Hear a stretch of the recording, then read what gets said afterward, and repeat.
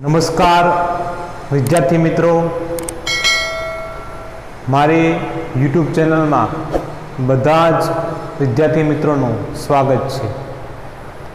આજના લેક્ચરની અંદર આપણે મેન્ડેલિવ દ્વારા જે આવર્ત કોષ્ટક જે પ્રસિદ્ધ થયેલું છે એ આવર્ત કોષ્ટકની અંદર એકા એલ્યુમિનિયમ અને એકા સિલિકોનનું સ્થાન જે છે એના વિશે આપણે આજે શીખવાનું છે, સમજવાનું છે। તો આજનો લેક્ચર નંબર 6 અને એકમ નંબર 3 કે જેમાં મેન્ડેલિવે જે અગાઉ જે આવર્ત કોષ્ટક જે પ્રસિદ્ધ કર્યું છે એમાં એકા એલ્યુમિનિયમ અને એકા સિલિકોન જે સ્થાન છે એના વિશે આપણે થોડી સમજ મેળવી લઈએ। તો શરૂઆત કરીએ।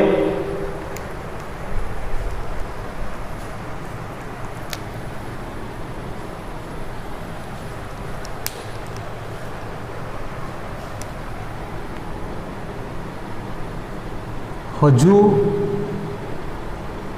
ઘણા તત્વો વર્ણ શોધાયેલા હતા।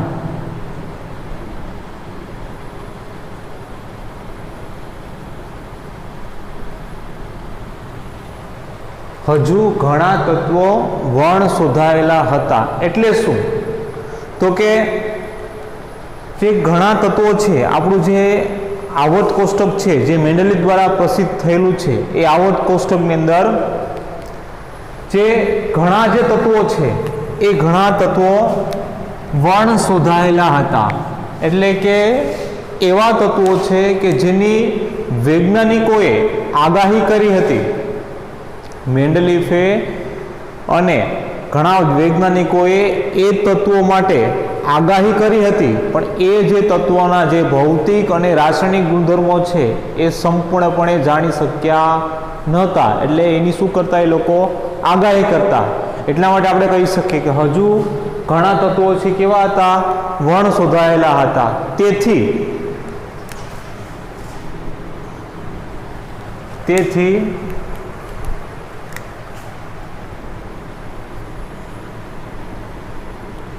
તેમણે કોષ્ટકમાં કેટલીક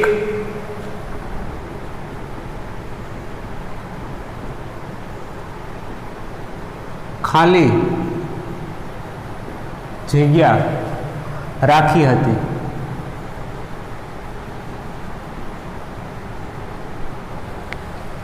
તેથી તેમણે એટલે કોણે?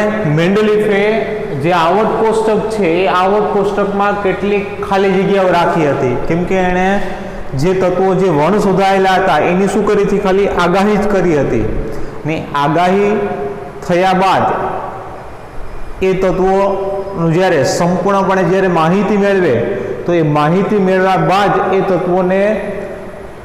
તત્વોની જ શોધ થતી હતી। એ તત્વોને સંપૂર્ણપણે સમજવા પડે, એને ભૌતિક ગુણધર્મો રાસાયણિક ગુણધર્મો સમજવા પડે, પછી જ એ તત્વોનું છે એ શોધ થતી હતી। એટલા માટે કોષ્ટકમાં કેટલીક ખાલી જગ્યાઓ રાખી હતી। કોણે? મેન્ડેલિવે। હવે આપણે આગળ સમજીએ।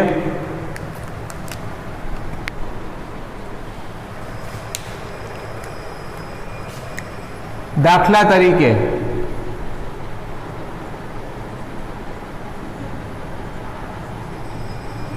મેન્ડેલિવે જ્યારે આવર્ત કોષ્ટક પ્રસિદ્ધ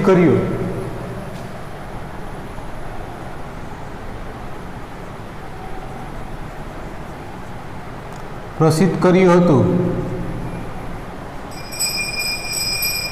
ત્યારે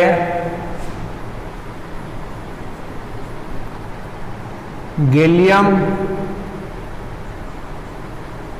અને જર્મનિયમ આ બંને તત્વો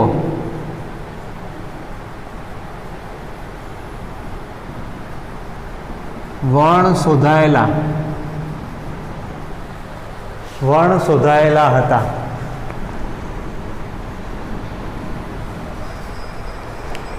આપણે સમજી શકીએ કે જ્યારે દાખલા તરીકે મેન્ડેલિફે જ્યારે આવર્ત કોષ્ટક પ્રસિદ્ધ કર્યું, મેન્ડેલિફે જ્યારે આવર્ત કોષ્ટક જે પ્રસિદ્ધ કર્યું છે એ આવર્ત કોષ્ટકની અંદર પ્રસિદ્ધ કર્યું ક્યારે? ગેલિયમ અને જર્મનિયમ આ બંને તત્વો વર્ણ શોધાયેલા હતા. એટલે કે ગેલિયમ અને જર્મનિયમ આ જે આવર્ત કોષ્ટકની અંદર જે બે નામના જે તત્વો છે એ બંને તત્વો કેવા હતા? વર્ણ શોધાયેલા હતા. એટલે માત્ર ને માત્ર એની શું થયેલી હતી? આગાહી થયેલી હતી, એની શોધ થયેલી નહોતી. ત્યારબાદ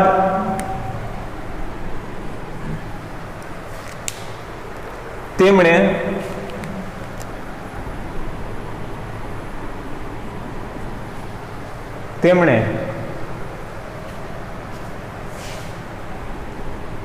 આ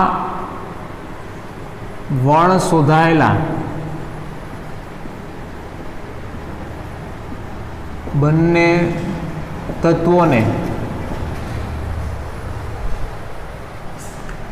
તત્વો માટે એલ્યુમિનિયમ અને સિલિકોન ની નીચે ખાલી જગ્યા રાખી હતી. તેમણે એટલે કોણે? મેન્ડેલિફે આ બંને તત્વો જે છે એ જ્યારે આવર્ત કોષ્ટક પ્રસિદ્ધ કર્યું હતું, આવર્ત કોષ્ટક મેન્ડેલિફે જ્યારે પ્રસિદ્ધ કર્યું હતું ત્યારે આ ગેલિયમ અને જર્મનિયમ બંને તત્વો કેવા હતા? વર્ણ શોધાયેલા હતા. એટલે કે એની ખાલી આગાહી થઈ હતી, બંને તત્વો શોધાયેલા નહોતા. એટલા માટે આ વર્ણ શોધાયેલા બંને તત્વો માટે એલ્યુમિનિયમની નીચે એટલે કે આવર્ત કોષ્ટકની અંદર એલ્યુમિનિયમની નીચે અને સિલિકોનની નીચે શું રાખી હતી? ખાલી જગ્યા રાખી હતી, જે આપણે ઉદાહરણ દ્વારા સમજી શકીએ.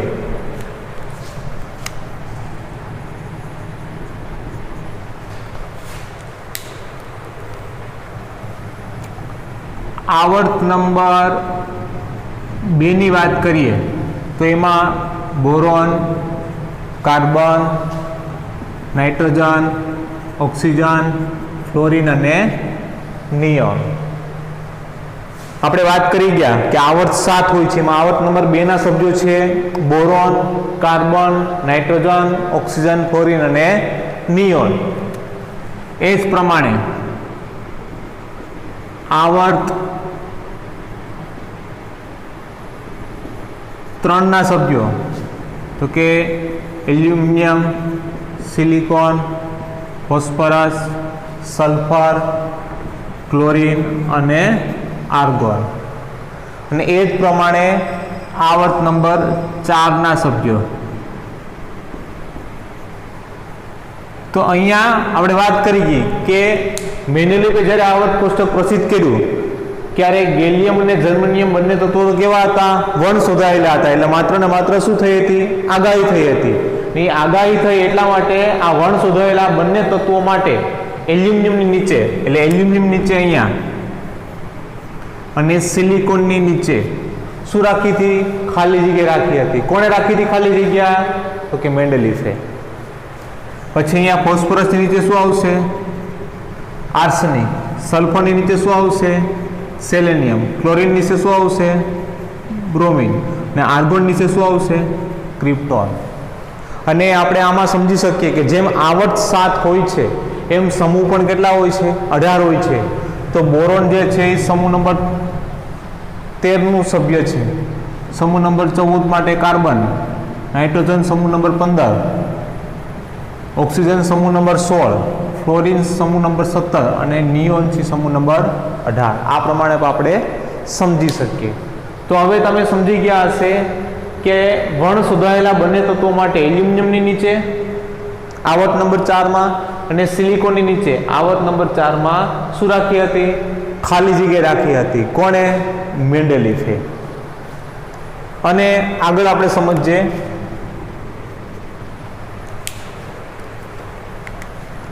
મેન્ડેલીફે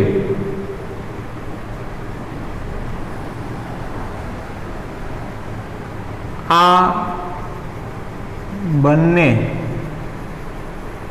તત્વો માટે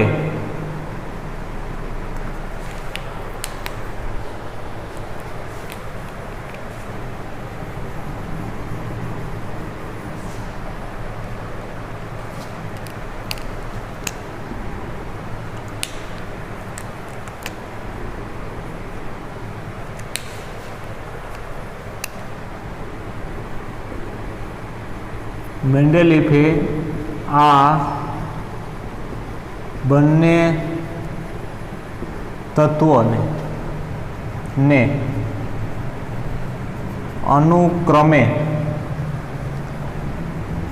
એકા એલ્યુમિનિયમ અને એકા સિલિકોન તરીકે દર્શાવ્યા હતા. મેન્ડેલીફે આ બંને તત્વોને કે જે એલ્યુમિનિયમ નીચે જે ખાલી જગ્યા રાખી છે એ અને સિલિકોનની નીચે જે ખાલી જગ્યા રાખી છે એ, એટલે આ બંને તત્વો કે બંને તત્વોની જે ખાલી જગ્યા રાખી છે એ બંને તત્વોને અનુક્રમે તો અનુક્રમે આપણે શું કહેશું તો કે આને એલ્યુમિનિયમ નીચે જે ખાલી જગ્યા રાખી છે ને અનુક્રમે શું આવશે? એકા એલ્યુમિનિયમ. શું આવશે મિત્રો? એકા એલ્યુમિનિયમ. શું આવશે? એકા એલ્યુમિનિયમ. અને અનુક્રમે જે બીજી જે સિલિકોનની નીચે ખાલી જગ્યા રાખી છે એના માટે શું આવશે? એકા સિલિકોન. એકા સિલિકોન. આપણે સમજી શકીએ કે એલ્યુમિનિયમ જે ખાલી જગ્યા રાખી છે એને શું કહેવામાં આવે છે? એકા એલ્યુમિનિયમ. નામ કોણ આપે છે? મેન્ડેલીફ. શું કામ? કેમ કે એલ્યુમિનિયમ જે તત્વ આવે છે એ તત્વ વર્ણ શોધાયેલું છે, એની માત્ર આગાહી થયેલી છે, એ સંપૂર્ણપણે શોધાયેલું તત્વ નથી. એટલા માટે મેન્ડેલીફ અનુકૂળતા માટે એલ્યુમિનિયમ નીચે જે ખાલી જગ્યા છે એને શું કહેવામાં આવે છે? એકા એલ્યુમિનિયમ. અને તેવી જ રીતે સિલિકોન નીચે જે તત્વો છે એ પણ વર્ણ શોધાયેલું છે, જેની માત્ર ને માત્ર આગાહી થયેલી છે, એનું સંશોધન થયેલું નથી. એટલા માટે સિલિકોન નીચે જે જગ્યા છે એને શું કહેવામાં આવે છે? એકા સિલિકોન તરીકે દર્શાવ્યા હતા. કોણે દર્શાવ્યા હતા? મેન્ડેલીફે. હવે આપણે આગળ સમજીએ.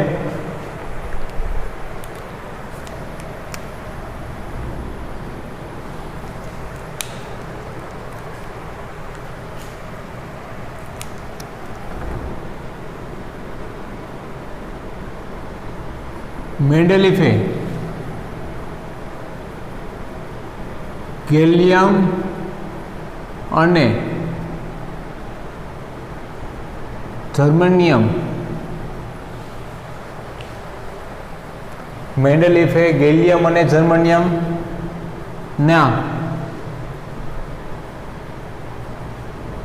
અસ્તિત્વની આગાહી જ નહીં પણ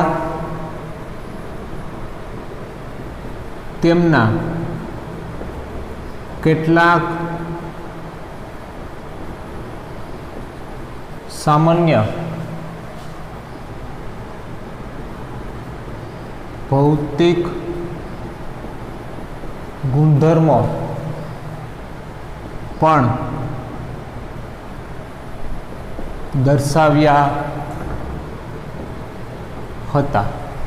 મેન્ડેલીફે ગેલિયમ અને જર્મનિયમના અસ્તિત્વની આગાહી જ નથી કરી. જે અહીંયા એલ્યુમિનિયમ નીચે જે ખાલી જગ્યા રાખી છે એને મેન્ડેલીફે માત્ર જાણકારી માટે શું કીધું છે? એકા એલ્યુમિનિયમ.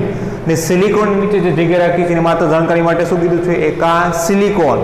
પણ આ જે ખાલી જગ્યા રાખી છે એ કોની છે? એ ત્યારબાદ જે શોધાયેલા જે તત્વો છે એ કઈ છે? તો કે મેન્ડેલીફે જે ગેલિયમ અને જર્મનિયમના અસ્તિત્વની આગાહી જ નથી કરી.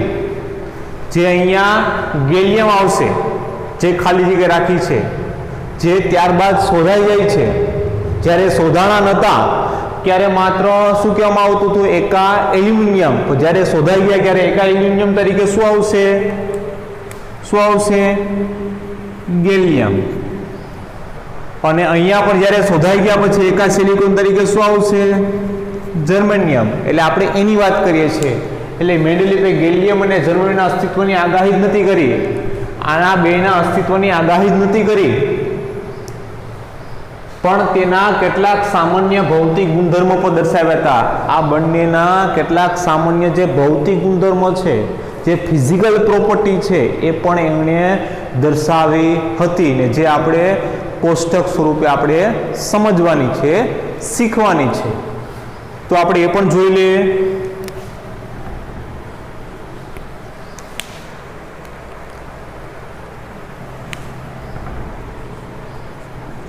એકા એલ્યુમિનિયમ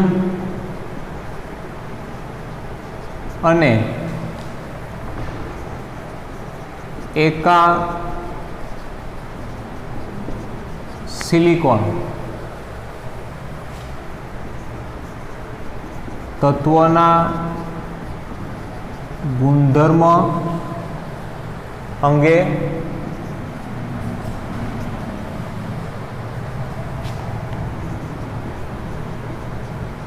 મેન્ડેલિફની આગાહી અને પ્રાયોગિક પરિણામ. એકા એલ્યુમિનિયમ અને એકા સિલિકોન તત્વોના ગુણધર્મ અંગે મેન્ડેલિફે જે આગાહી કરી છે એ આગાહી અને એના કેટલાક જે પ્રાયોગિક જે પરિણામ છે એ પરિણામનું શું તૈયાર કરવાનું છે? આપણે કોષ્ટક તૈયાર કરવાનું છે. ચાલો આપણે કોષ્ટક તૈયાર કરીએ. તો એમાં સૌપ્રથમ આવશે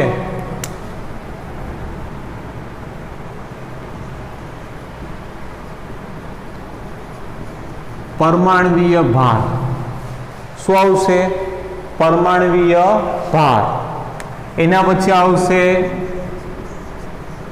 ઘનતા. ઘનતા છે કેમાં વપાશે? કે ગ્રામ પ્રતિ સેન્ટીમીટર ક્યુબ. ગ્રામ પ્રતિ સેન્ટીમીટર ક્યુબ. ત્યારબાદ આવશે ગલનબિંદુ. ગલનબિંદુ કેમાં વપાશે? કેલ્વિનમાં. ત્યારબાદ આવશે ઓક્સાઇડનું સૂત્ર. શું આવશે મિત્રો? ઓક્સાઇડનું સૂત્ર. અને ત્યારબાદ શું આવશે? ક્લોરાઇડનું સૂત્ર. તો હવે એમાં કોના કોના માટે આવશે? આ જે ભૌતિક ગુણધર્મ છે, પરમાણ્વીય ભાર, ઘનતા, ગલનબિંદુ, ઓક્સાઇડનું સૂત્ર અને ક્લોરાઇડનું સૂત્ર, આ ત્રણ છે એમાં ભૌતિક ગુણધર્મ છે. તો એમાં સૌપ્રથમ આપણે જે આગાહી કરેલ છે એકા એલ્યુમિનિયમ, એકા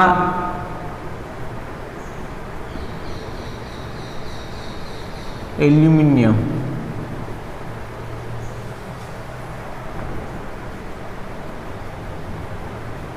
આગાહી કરી હતી. ત્યારબાદ જે શોધેલ છે એકા એલ્યુમિનિયમ માટે એ શું આવશે?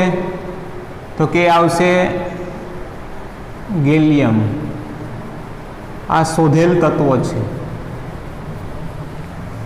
એવી જ રીતે શું આવશે? એકા સિલિકોન, કે એની પર શું થઈ હતી? આગાહી. અને એ આગાહી માટે શોધેલ તત્વ કઈ છે? તો આવશે જર્મનિયમ. શું આવશે? જર્મનિયમ. એ પણ શોધેલ તત્વ છે. તો હવે આપણે અહીંયા સમજી શકીએ એકા એલ્યુમિનિયમ છે અને એના માટે શોધેલ તત્વ કઈ છે? ગેલિયમ છે. એકા સિલિકોન માટે શોધેલ તત્વ કઈ છે? જર્મનિયમ છે. તો હવે આપણે સૌપ્રથમ એકા એલ્યુમિનિયમ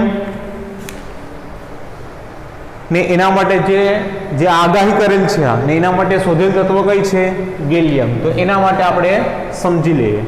તો સૌપ્રથમ એનો પરમાણ્વીય ભાર કેટલો આવશે? તો કે એકા એલ્યુમિનિયમ જ્યારે આગાહી થઈ છે ત્યારે એનો પરમાણ્વીય ભાર કેટલો છે? 68.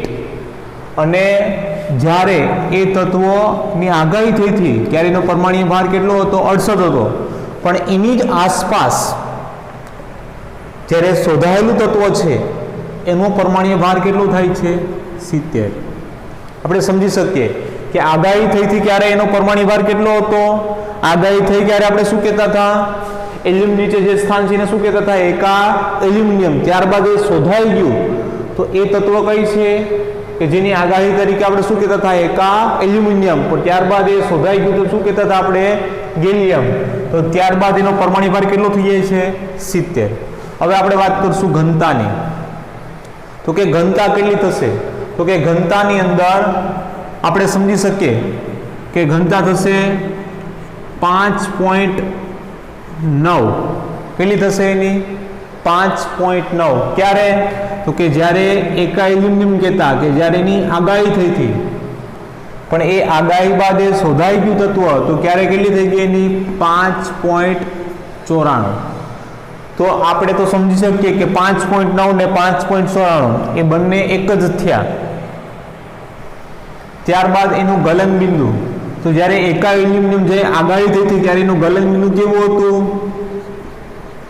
નીચું હતું. ગલન બિંદુ કેવું હતું? નીચું હતું. હવે આપણે પ્રશ્ન થાય કે કેટલું હતું? નીચું એટલે કેટલું? તો કે જ્યારે શોધાઈ ગયું ત્યારે એનું કેટલું ગલન બિંદુ મળે છે? 302.93 કેલ્વિન.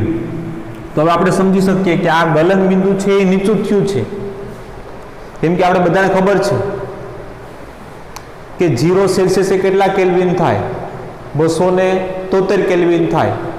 બરોબર છે. તો આ કેટલા છે? 302.93 કેલ્વિન છે. એટલે સ્વાભાવિક છે કે આ ગલન બિંદુ કેવું થયું? નીચું થયું.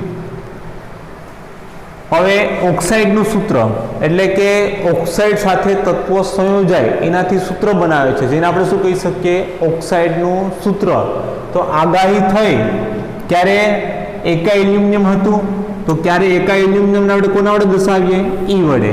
પણ એ કોને સંયોજાય? ઓક્સાઇડ એટલે ઓક્સિજન સંયોજાય. તો એનું શું બને છે? ઓક્સાઇડનું સૂત્ર બને છે. તો કઈ રીતે બને છે? E2O3. E શું બતાવે છે? આગાહી કરેલ. તો આગાહી કરેલ આપણે શું કહેતા હતા? એકા એલ્યુમિનિયમ બતાવે છે. E2O3. આ આગાહી કરેલ એકા એલ્યુમિનિયમનું શું બતાવે છે? ઓક્સાઇડનું સૂત્ર બતાવે છે. પણ આગાહી બાદ એ શોધાઈ ગયું છે જ્યારે આપણે શું કહેવાય છે? ગેલિયમ. તો E તરીકે શું લઈશું આપણે? ગેલિયમ. તો ગેલિયમ 2 ની કોને સંયોજાય છે? ઓક્સિજન સાથે. એટલે શું આવશે? O3. તો આ પ્રમાણે આગાહી થઈ ગઈ એટલે શોધાઈ ગયું ગેલિયમ. તો ગેલિયમ 2O3 એ શું બતાવે છે? ઓક્સાઇડનું સૂત્ર બતાવે છે. તેવી જ રીતે આપણે કોનું સૂત્ર જોવાનું છે? ક્લોરાઇડનું સૂત્ર જોવાનું છે. તો ક્લોરાઇડ માટે જ્યારે આગાહી થઈ હતી ત્યારે એને આપણે શું કહેતા હતા? એકા એલ્યુમિનિયમ. એકા એલ્યુમિનિયમને કોના વડે દર્શાવ્યો છે આપણે? E વડે. તો E અને કોને સંયોજાય છે? ક્લોરાઇડ સાથે. તો ECl3. હવે પ્રશ્ન થશે કે ECl3 શું કામ? તો અહીંયા સમજી લો કે અહીંયા આગાહી કરેલ જે એકા એલ્યુમિનિયમ છે એની સંયોજકતા કેટલી છે? +3 છે. તો આગાહી કરેલ જે છે એને આપણે કોના દર્શાવીએ છીએ? કેપિટલ E વડે. અને આ જે આગાહી એટલે એકા એલ્યુમિનિયમ છે એ કેટલા ઇલેક્ટ્રોન ગુમાવે છે? 3 ગુમાવે છે. અને એ કોને આપે છે ગુમાવીને? ક્લોરીનને. એટલે શું બનાવશે? ECl3. એટલે શું કહેવાય? E ટ્રાઇક્લોરાઇડ. E એટલે આગાહી કરેલ એટલે શું આવશે? E માટે એકા એલ્યુમિનિયમ આવશે. પણ જો આગાહી થઈ ગયા, આગાહી કરી બાદ એ શોધાઈ ગયું તો E માટે શું આવશે? અહીંયા ગેલિયમ. અને ગેલિયમ જે છે એની સંયોજકતા કેટલી છે? +3. તો ગેલિયમ ટ્રાઇક્લોરાઇડ. શું બોલાય એને? ગેલિયમ ટ્રાઇક્લોરાઇડ. ગેલિયમ 3 ગુમાવે છે અને ક્લોરીન 3 મેળવે છે. આ 3 ગુમાવે છે અને આ 3 મેળવે છે, બરોબર, આપણે સમજી શકીએ. તો આ કોની વાત કરી? એકા એલ્યુમિનિયમ આગાહી હતું ક્યારે અને શોધાઈ ગયું તો શું થઈ ગયું? એકા એલ્યુમિનિયમ શોધાઈ ગયું તો ગેલિયમ થઈ ગયું. એકા એલ્યુમિનિયમ જ્યારે આગાહી થઈ ત્યારે કહેતા હતા, પણ જ્યારે શોધાઈ ગયું ત્યારે આપણે એને શું કહે છે? ગેલિયમ કહે છે. તેવી જ રીતે કોની વાત કરવાની છે? એકા સિલિકોન. એકા સિલિકોનનું સ્થાન ક્યાં છે? સિલિકોનની નીચે છે. અને એકા સિલિકોનથી આગાહી થયું ક્યારે કહેતા હતા, પણ જ્યારે શોધાઈ ગયું તો આપણે શું કહેતા હતા? એને જર્મનિયમ, જે આપણે અહીંયા સમજી શકીએ. તો હવે શરૂઆત કરીએ. આ જે સમજાય એ પ્રમાણે અહીંયા તો પરમાણ્વીય ભાર, તો પરમાણ્વીય ભાર એકા સિલિકોન જ્યારે આગાહી થયું ત્યારે કેટલો છે? કે 72 અને એ શોધાઈ ગયો તો કેટલો થયો એનો પરમાણ્વીય ભાર? તો કે 72.6. એટલે આપણે સમજી શકીએ કે પરમાણ્વીય ભાર તો ની આસપાસ જ છે, નજીક જ છે. હવે વાત આવશે એની ઘનતાની. તો કે ઘનતા કેટલી થાય? તો કે ઘનતામાં આપણે સમજી શકીએ કે એકા સિલિકોનની જ્યારે આગાહી થઈ ત્યારે કેટલી છે એની ઘનતા? 5.5 છે. કેટલી છે? 5.5. પર જ્યારે એકા સિલિકોનની જ્યારે આગાહી થઈ બાદ એ શોધાઈ ગયું, જેને આપણે શું કહીએ છીએ? જર્મનિયમ, તો એની ઘનતા કેટલી થશે? 5.34. કેટલી થશે મિત્રો? 5.34. હવે કોનો ક્રમ આવશે? ગલન બિંદુ. તો ગલન બિંદુ કેટલું થશે એકા સિલિકોન માટે? તો કે ગલન બિંદુ છે એ એકા એલ્યુમિનિયમનું જ્યારે આગાહી થઈ ત્યારે કેટલું હતું? નીચું હતું. પણ જ્યારે એકા સિલિકોનની જ્યારે આગાહી થઈ ત્યારે એનું ગલન બિંદુ કેવું છે? ઊંચું છે. કેવું છે મિત્રો? ઊંચું છે.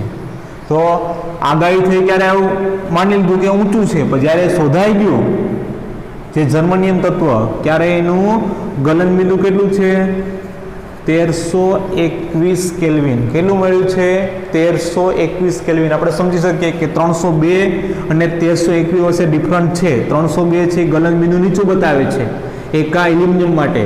જ્યારે એકા સિલિકોન માટે સમજીએ તો એનું ગલન બિંદુ કેવું હશે? ઊંચું હશે. અને જ્યારે શોધાઈ ગયું એકા સિલિકોન માટે જર્મનિયમ તત્વ તો એનું જે ગલન બિંદુ ઊંચું કેટલું મળે છે? 1321 કેલ્વિન મળે છે. હવે એનું શું આવશે? ઓક્સાઇડનું સૂત્ર આવશે.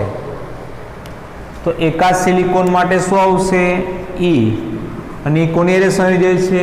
ઓક્સાઇડ માટે. તો શું આવશે? EO2. શું આવશે? EO2. એકા સિલિકોન માટે શું દીધું છે અહીંયા? E. અને કોની હારે સંયોજાય છે? ઓક્સિજન સાથે. એટલે શું બનાવે છે? EO2. પણ એ જ્યારે શોધાઈ જાય છે ત્યારે E માટે શું આવશે? જર્મનિયમ. અને એ કોની સંયોજાય છે? ઓક્સિજન સાથે. એટલે જર્મનિયમ ડાયોક્સાઇડ. શું બોલાય છે એને? Germanium dioxide. અને લાસ્ટ આવશે ક્લોરાઇડનું સૂત્ર. તો એકા સિલિકોન માટે શું આવશે? ECl4. શું આવશે? ECl4. શું કામ? કેમ કે એકા એલ્યુમિનિયમની સંયોજકતા કેટલી હતી? +3. તો એકા સિલિકોનની સંયોજકતા કેટલી છે? +4. E છે કેટલા ગુમાવે છે? 4 ગુમાવે છે અને 4 મેળવે છે. અને આગાહી થઈ એ પછી જ્યારે શોધાઈ ગયું તો E માટે શું આવશે અહીંયા? જર્મનિયમ. અને એ કોની સંયોજે છે? ક્લોરીન સાથે. જર્મનિયમ છે કેટલા ગુમાવે? 4 ગુમાવે. તો આ 4 મેળવે તો જર્મનિયમ ટેટ્રા ક્લોરાઇડ. તો આ જે એક કોષ્ટક છે એ કોના માટે છે? તો કે એકા એલ્યુમિનિયમ અને એકા સિલિકોન તત્વના જે ગુણધર્મો છે, ગુણધર્મો એટલે કઈ? ભૌતિક ગુણધર્મો છે અંગે મેન્ડેલિફની જે આગાહી છે એ આગાહી અને એના જે પ્રાયોગિક પરિણામો છે એ આપણે કોષ્ટક દ્વારા સમજ્યા છે. હવે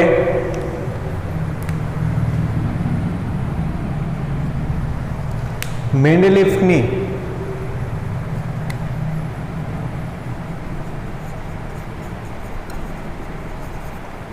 પરિમાણ આધારે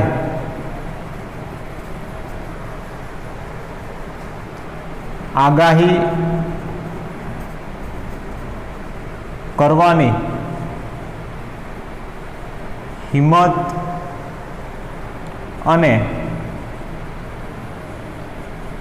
તેમાં મેળવેલી સફળતાથી મેન્ડેલિફની પરિમાણ આધારે આગાહી કરવાની હિંમત અને તેમાં મેળવેલી સફળતાથી તે અને તેનું આવર્ત કોષ્ટક પ્રચલિત બન્યું હતું. પ્રચલિત બન્યું હતું. હવે આપણે સમજી શકીએ મેન્ડેલિફની પરિમાણ આધારે મેન્ડેલિફે જે એકા એલ્યુમિનિયમ અને એકા સિલિકોન તત્વોના ગુણધર્મો અંગે મેન્ડેલિફે જે આગાહી અને જે પ્રાયોગિક પરિણામો આપ્યા છે એ પરિમાણને આધારે મેન્ડેલિફે આ પરિણામને આધારે જે આગાહી કરવાની જે હિંમત મળી છે એ હિંમત અને તેમાં મેળવેલી સફળતા, આ આગાહી કરી એના આધારે એને સફળતા મળી છે. કઈ રીતે? તો કે એકા એલ્યુમિનિયમની પહેલા આગાહી કરી, પછી એ તત્વો શોધ્યું છે, તેમાં એને સફળતા મળી. એ પ્રમાણે એકા સિલિકોનની પહેલા આગાહી કરી છે, પછી એને શોધેલ તત્વો કઈ છે એના માટે જર્મનિયમ. તો આગાહી કરવાની જે હિંમત હતી એ આગાહી કરવાની જે હિંમત છે તો એ બાદ એમાં એને શું મળી છે? સફળતાથી તે અને તેનું આવર્ત કોષ્ટક પ્રચલિત બન્યું હતું અને એના આધારે એનું જે આવર્ત કોષ્ટક છે એ પ્રચલિત બન્યું હતું.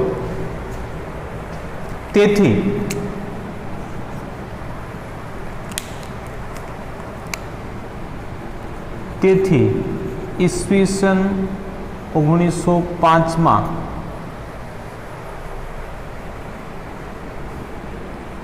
પ્રચલિત આવર્ત કોષ્ટક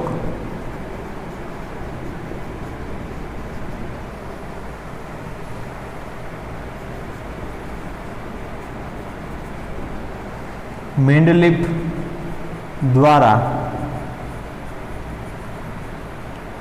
દર્શાવેલું છે.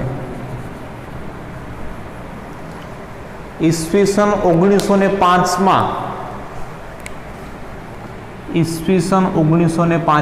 પ્રચલિત આવર્ત કોષ્ટક મેન્ડેલિફ દ્વારા દર્શાવેલું છે. આપણે કદાચ પ્રશ્ન પૂછવામાં આવે કે મેન્ડેલિફ દ્વારા જે પ્રચલિત થયેલું આવર્ત કોષ્ટક છે એ કઈ સાલમાં દર્શાવેલું છે? તો કે ઈસવીસન 1905ની અંદર પ્રચલિત આવર્ત કોષ્ટક મેન્ડેલિફ દ્વારા દર્શાવેલું છે, જે તમે જોઈ શકો.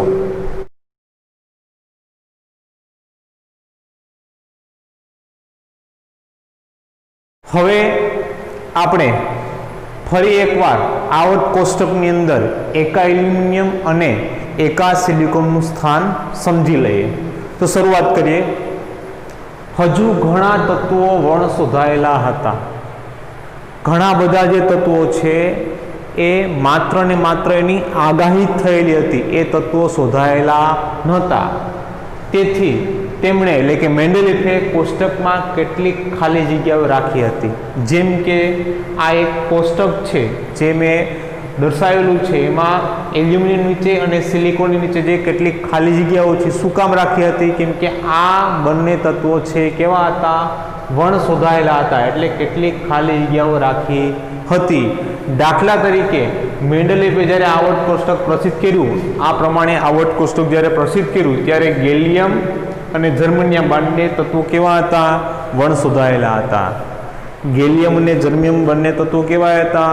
વણ શોધાયેલા હતા. માત્ર ને માત્ર એની શું થયેલી હતી? આગાહી થયેલી હતી. એટલે તેમણે આ વણ શોધાયેલા બંને તત્વો માટે એલ્યુમિનિયમ નીચે અને સિલિકોન નીચે શું રાખી હતી? ખાલી જગ્યાઓ રાખી હતી. એટલે આપણે સમજી શકીએ કે મેન્ડેલિફ દ્વારા જે આવર્ત કોષ્ટક જે પ્રસિદ્ધ થયું છે એમાં કેટલીક જે ખાલી જગ્યાઓ છે એ કોના માટે હતી? તો કે વણ શોધાયેલા તત્વો માટે હતી. અને એ ખાલી જગ્યાઓ ક્યાં હતી? તો કે એલ્યુમિનિયમ નીચે અને આવર્ત કોષ્ટકમાં સિલિકોનની નીચે, જે આપણે ઉદાહરણ દ્વારા સમજી શકીએ. જે એલ્યુમિનિયમ નીચે જે ખાલી જગ્યા છે જેને આપણે શું કહી શકીએ? એકા એલ્યુમિનિયમ. હવે પ્રશ્ન થાય શું કામ? તો કે એલ્યુમિનિયમ નીચે ખાલી જગ્યા છે એટલા માટે શું કહીએ? સરળતા માટે એકા એલ્યુમિનિયમ. જ્યારે સિલિકોન નીચે જે ખાલી જગ્યા છે તેને સરળતા માટે શું કહીએ છીએ આપણે? એકા સિલિકોન. એમ અનુક્રમે એમણે દર્શાવ્યા હતા. કોણે? કે મેન્ડેલિફે. હવે મેન્ડેલિફે જે વણ શોધાયેલા જે તત્વો છે ગેલિયમ અને જર્મનિયમ એના અસ્તિત્વની આગાહી જ નહીં, આ જે ખાલી જગ્યા છે જેને આપણે એકાઇલિનિયમ કહે છે એ એકાઇલિનિયમ તો આગાહી થયેલી હતી, પણ જ્યારે આગાહી થયા બાદ એ શોધાયેલું તો કઈ હતું? ગેલિયમ. અને એકા સિલિકોન જે છે એ શોધાયા બાદ એનું શું કહેવાતું? જર્મનિયમ. તો ગેલિયમ અને જર્મનિયમની અસ્તિત્વની આગાહી જ નથી કરી, પણ આ બંને તત્વોના કેટલાક સામાન્ય ભૌતિક ગુણધર્મો પણ દર્શાવ્યા હતા. કોણે? મેન્ડેલિફે, જે આપણે કોષ્ટક દ્વારા સમજવાના છે, જે આપણે સમજી શકીએ. તો કે એમાં એકા એલ્યુમિનિયમ અને એકા સિલિકોન તત્વોના ગુણધર્મો અંગે મેન્ડેલિફે જે આગાહી કરી છે એ આગાહી અને એના કેટલાક પ્રાયોગિક પરિણામો આપણે સમજવાના છે.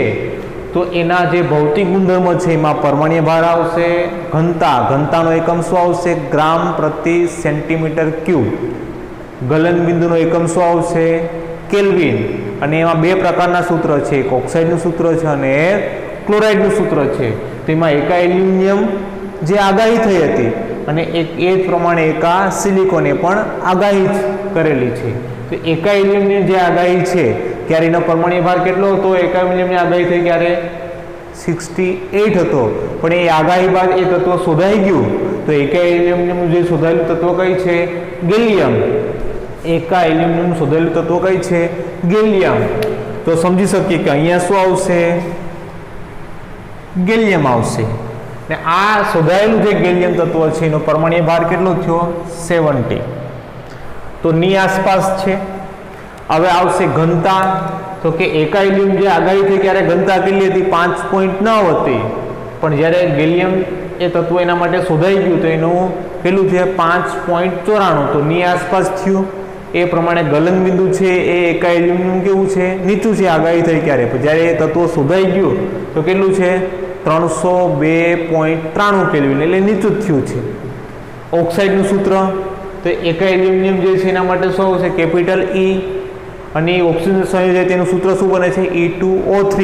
પણ જ્યારે આગાહી દરમિયાન બાદ જ્યારે શોધાયેલું તત્વ છે ગેલિયમ, તો E માટે શું આવશે? Gallium 2O3. અને ક્લોરાઇડ સંયોજાય તો ECl3. અને E છે કોના માટે છે? એકા એલ્યુમિનિયમ માટે છે. જ્યારે શોધાઈ ગયું ત્યારે ગેલિયમ માટે શું આવશે? ગેલિયમ ટ્રાયક્લોરાઇડ. પણ અહીંયા ખાસ સમજજો, અહીંયા ગેલિયમ જે છે એની સંયોજકતા કેટલી છે? +3 છે. શું કામ? 3 ગુમાવે છે, અને એ 3 ગુમાવે છે તો સામે 3 ક્લોરીન મેળવે છે, એટલા માટે કહી શકીએ ગેલિયમ ટ્રાયક્લોરાઇડ. ત્યારબાદ એકા સિલિકોન આગાહી છે અને એના માટે શોધાયેલું તત્વ કઈ છે? જર્મનિયમ. તો એનો પરમાણ્વીય ભાર કેટલો છે? આગાહી થઈ ક્યારે? 72. અને શોધાયેલું ક્યારે કેટલું થયું? 72.6, એટલે ની આસપાસ થયું. હવે એની ઘનતા, તો ઘનતા એકા સિલિકોન જ્યારે આગાહી થઈ કે 5.5 છે, જ્યારે શોધાઈ ગયું ત્યારે 5.34, એટલે સમજી શકીએ કે એ પણ ની આસપાસ થયું. પણ હા, એનું ગલનબિંદુ કેવું છે? આગાહી થઈ ક્યારે? ઊંચું થયું. પણ કેટલું ઊંચું થયું? ક્યારે આગાહી થઈ ક્યારે ખબર હતી નહીં, પણ શોધાઈ ગયું તો ક્યારે ખબર પડી તો કેટલું ઊંચું થયું? 1321 કેલ્વિન થયું. એકા સિલિકોન જ્યારે આગાહી થઈ ત્યારે એ ઓક્સાઇડ સાથેનું સૂત્ર શું છે? EO2. E શું બતાવે છે? એકા સિલિકોન બતાવે છે. પણ જ્યારે એકા સિલિકોનની આગાહી થઈ ગઈ શું થયું? જર્મનિયમ. તો E માટે શું છે? કે જર્મનિયમ O2, જેને આપણે શું કહી શકીએ? Germanium dioxide. અને ક્લોરાઇડનું સૂત્ર શું થશે? એકા સિલિકોન આગાહી થઈ ક્યારે? E tetrachloride. શોધાઈ ગયું તો E માટે શું આવશે? Gallium tetrachloride. અહીંયા ગેલિયમની સંયોજકતા +3 હતી, તો અહીંયા જર્મનિયમની સંયોજકતા કેટલી આવશે? +4. આ 3 ગુમાવે છે ગેલિયમ, એ પ્રમાણે જર્મનિયમ પર કેટલા ગુમાવે છે? 4. તો આ 4 ગુમાવતો હોય તો આ 4 મેળવી શકે. એ પ્રમાણે આ કોષ્ટક આપણે સમજી શકીએ. આ કોષ્ટકની અંદર જે આંકડાઓ આપેલા છે એ માત્ર ને માત્ર માહિતી માટે છે. ખાસ યાદ રાખજો બધા, માત્ર ને માત્ર માહિતી માટે છે, ક્યાંય પૂછાતા નથી. અને અંતમાં મેન્ડેલિફનું જે પરિમાણ છે, મેન્ડેલિફનું જે પરિમાણ એટલે કદ, સાઇઝ, એ પરિમાણને આધારે એનું જે પરિમાણ છે એના આધારે જે આગાહી કરવાની જે એને હિંમત અને તેમાં મેળવેલી જે સફળતા છે એ તે અને તેનું આવર્ત કોષ્ટક એના આધારે જ પ્રસ્તુત બન્યું છે. મેન્ડેલિફે જે આવર્ત કોષ્ટક છે એ આગાહી કરવાની હિંમત અને એના બાદ એમાં એને સફળતા મળી, એના આધારે જ એ આવર્ત કોષ્ટક કેવું બન્યું છે? પ્રસ્થિત બન્યું છે અને એ પ્રસ્થિત આવર્ત કોષ્ટક ક્યારે રજૂ કર્યું છે? ઈસવીસન 1905માં એ આવર્ત કોષ્ટકથી કોના દ્વારા રજૂ કર્યું છે? મેન્ડેલિવ દ્વારા. અને કઈ સાલમાં પ્રચલિત થયું? ઈસવીસન 1905માં, જે તમે સમજી શકો છો અને જોઈ શકો છો. તો આજનો લેક્ચર આપણે મિત્રો અહીંયા સુધી રાખવાનો છે. બધા જ વિદ્યાર્થી મિત્રોનો આભાર.